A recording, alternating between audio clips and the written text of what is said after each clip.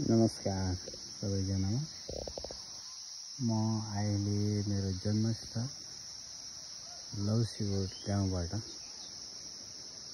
यो भिडियो बनाइरहेको छु। यो गाउँ पर्वत जिल्ला मोदी गाउँपालिका वार्ड नम्बर 1 पश्चिम अथवा पर्वत जिल्लाको पश्चिमको अन्तिम गाउँपालिका हो।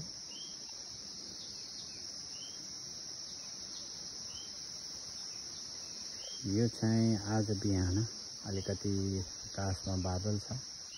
म दशैंको टिकाको भोलिपल्ट आफ्नो परिवारसहित यहाँ हाम्रो गाउँ लौसीगोठ आएको थिएँ।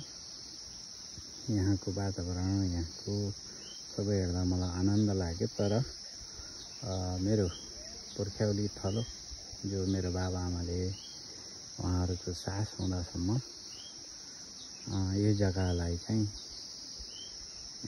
हामीलाई पाल्ने एउटा मुख्य स्रोत बनाउनु भएको थियो, जहाँ हामीले सम्झदासम्म मकै, धान, कोदो जे लगाए पनि हुने, भट्टा हैन।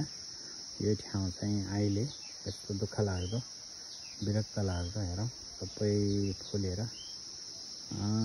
केही छैन, पुरा जङ्गल भएर बसेको छ। धेरै सालपछि म मेरो घर फर्केको चाहिँ त होइन, म सधैँ आउँथेँ। तर मेरो जग्गामा चाहिँ म यसरी कहिले पनि आएको थिइनँ। यो चाहिँ एउटा सानो खोर थियो हाम्रो, हामीले यसलाई गहुँ खोर भन्ने गर्थ्यौँ। यो गहुँ खोरमा हामीले तल आधादेखि तल धान लगाउँथ्यौँ भने माथि मकै कोदो लगाउने गर्थ्यौँ। तर अहिले विचित्र हाम्रो पुर्ख्यौली थलो यस्तो भएर बसेको रहेछ, त्यही दुःख लाग्दो। र जग्गामा ठुल्ठुला बुट्टाहरू पनि भएको रहेछ। पोहोर सालमा पनि 2-3 बुट्टाहरू सबै काटेर दाउरा बनाएको थियो। र अहिले पनि यस्तो भएको रहेछ, दुःख लाग्यो मलाई।